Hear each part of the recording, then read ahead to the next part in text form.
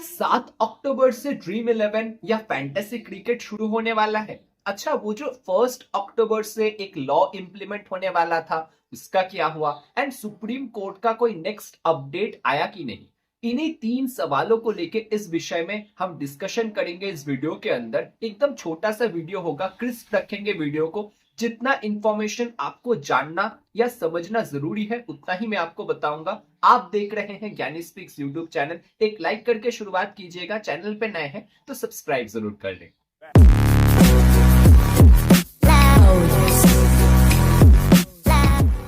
अब देखो, इस चीज को लेके लास्ट अपडेट हमको क्या मिला था।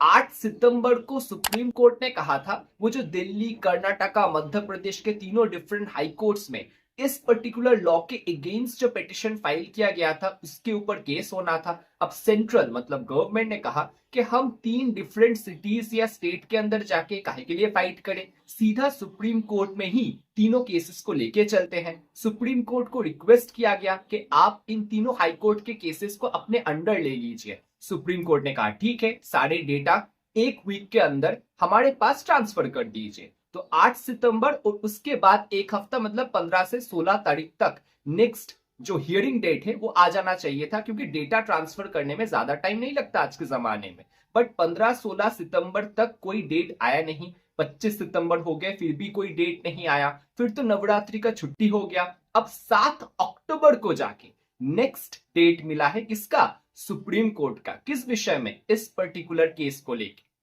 तो वो जो 3-4 कंपनीज ने पिटिशन फाइल किया है इस लॉ के अगेंस्ट, इस एक्ट के अगेंस्ट, अभी सुप्रीम कोर्ट में वहां पे फर्स्ट हियरिंग होने वाला है इस विषय में 7 अक्टूबर को। And for your kind information, जो 2 जस्टिस इस केस को हैंडल करेंगे सुप्रीम कोर्ट के अंदर, वो है justice JB Pardiwala and justice KV Vishwanath.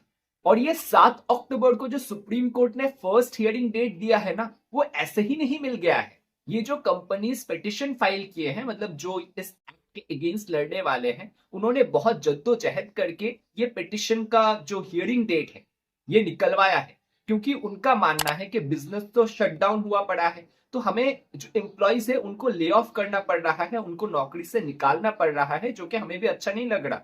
और अगर ऐसे ही बिजनेसेस शट डाउन पड़ा रहे दिन पे दिन, तो हमें तो लॉस झेलना पड़ रहा है ना। तो क्यों ना एक आप डेट दीजिए और हम फाइट करें, फिर जो डिसीजन होएगा वो देखा जाएगा।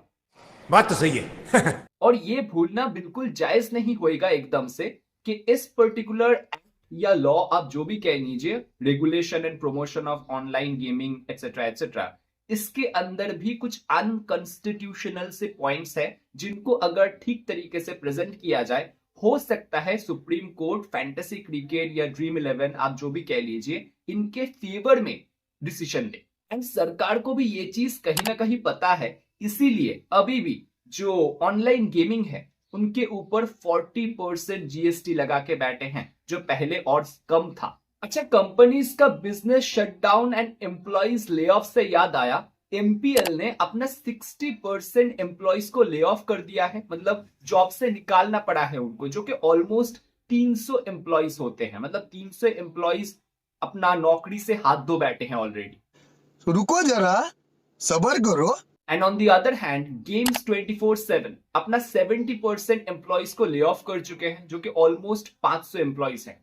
और इन जिन एम्प्लॉइज के बारे में हम बात कर रहे हैं ना अभी, वो आपके और मेरे तरह ही नॉर्मल पीपल है जो नौकरी करके कमाते हैं। इस all of a sudden ban and law के वजह से, जो कि बहुत अजीबोगरीब है, 3-4 दिन के अंदर ही पूरा लॉ बन गया एक देश के अंदर, इसके वजह से सडनली, ये तो मैंने 2 कंपनीज का एग्जांपल दिया है जो कि बड़े कंपनीज है, और भी कंपनीज है जो अपना पूरा शटडाउन करके बैठे हैं और अपने एम्प्लॉइज को ले ऑफ करते जा रहे हैं, नौकरी से निकालते जा रहे हैं। अच्छा, टॉपिक पे फिर से वापस आते हैं। सुप्रीम कोर्ट ने यह भी कहा है कि इस बीच अगर और कोई चैलेंज करना चाहे, वो हाई कोर्ट में अगर कोई भी ऐसा, डिफरेंट हाई कोर्ट्स में अगर कोई भी ऐसा केसेस फाइल हो या पिटिशन फाइल हो, उसको भी सीधा सीधा सुप्रीम कोर्ट में रेफर कर दिया जाए। 7 अक्टूबर का फिलहाल वही है कि फर्स्ट हियरिंग डेट आ चुका है। दोनों तरफ से वकील एक दूसरे से भिड़ेंगे सुप्रीम कोर्ट के अंदर, एंड देखा जाएगा क्या डिसीजन आता है। अब पहले दिन ही डिसीजन आ जाए वो भी थोड़ा सा मुश्किल लग रहा है, जैसे कि हमारे जुडिशरी सिस्टम में है कि डेट पे डेट मिलता रहता है। वो आपको याद होगा, तारीख पे तारीख, तारीख पे तारीख,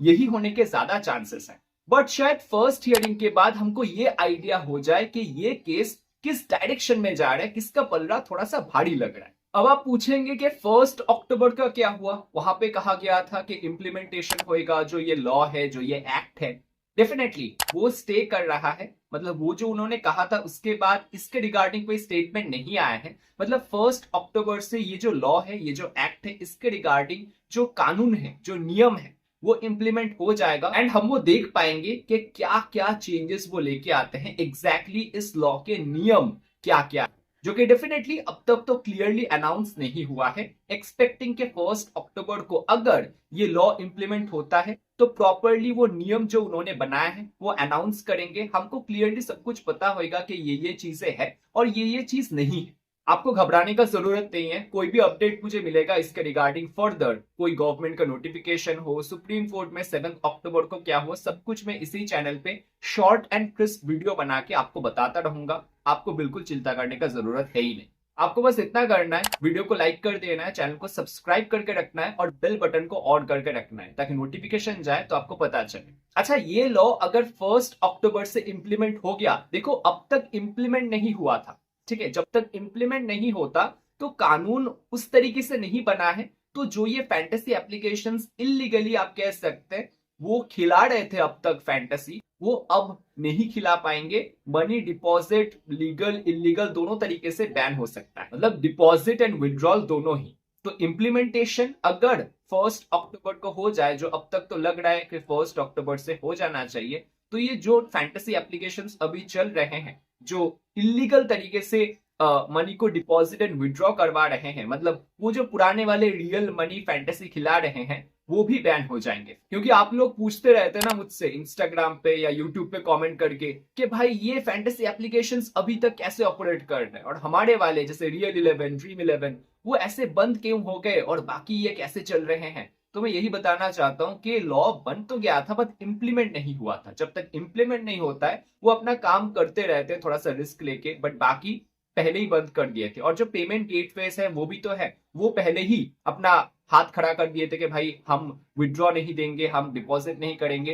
तो ये जो रियल 11, ड्रीम 11 है वो पेमेंट गेटवे से ही चलता है। अगर उनके साथ एसोसिएटेड पेमेंट गेटवेज ही काम करना बंद कर देंगे, अपना हाथ खड़ा कर देंगे, तो वो कैसे चलेंगे।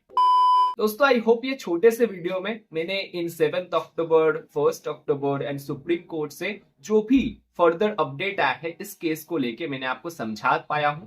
एंड अगर हाँ तो डेफिनेटली एक लाइक कर दीजिएगा, चैनल पे नए हैं तो सब्सक्राइब जरूर कर लें एंड सब्सक्राइब करने के साथ साथ बेल बटन को दबाना ना भूलें। इस चैनल पे क्रिकेट एनालिसिस बेस्ड वीडियो ज्यादा आता है। इस चीज के रिगार्डिंग जब अपडेट आता है तभी वीडियो आता है, अदरवाइज हम क्रिकेट एंड क्रिकेट एनालिसिस पे ही फोकस करते हैं। आप देखते रहिएगा एंड बने रहिएगा ज्ञानी स्पीक्स यूट्यूब चैनल के साथ। शुक्रिया आपका।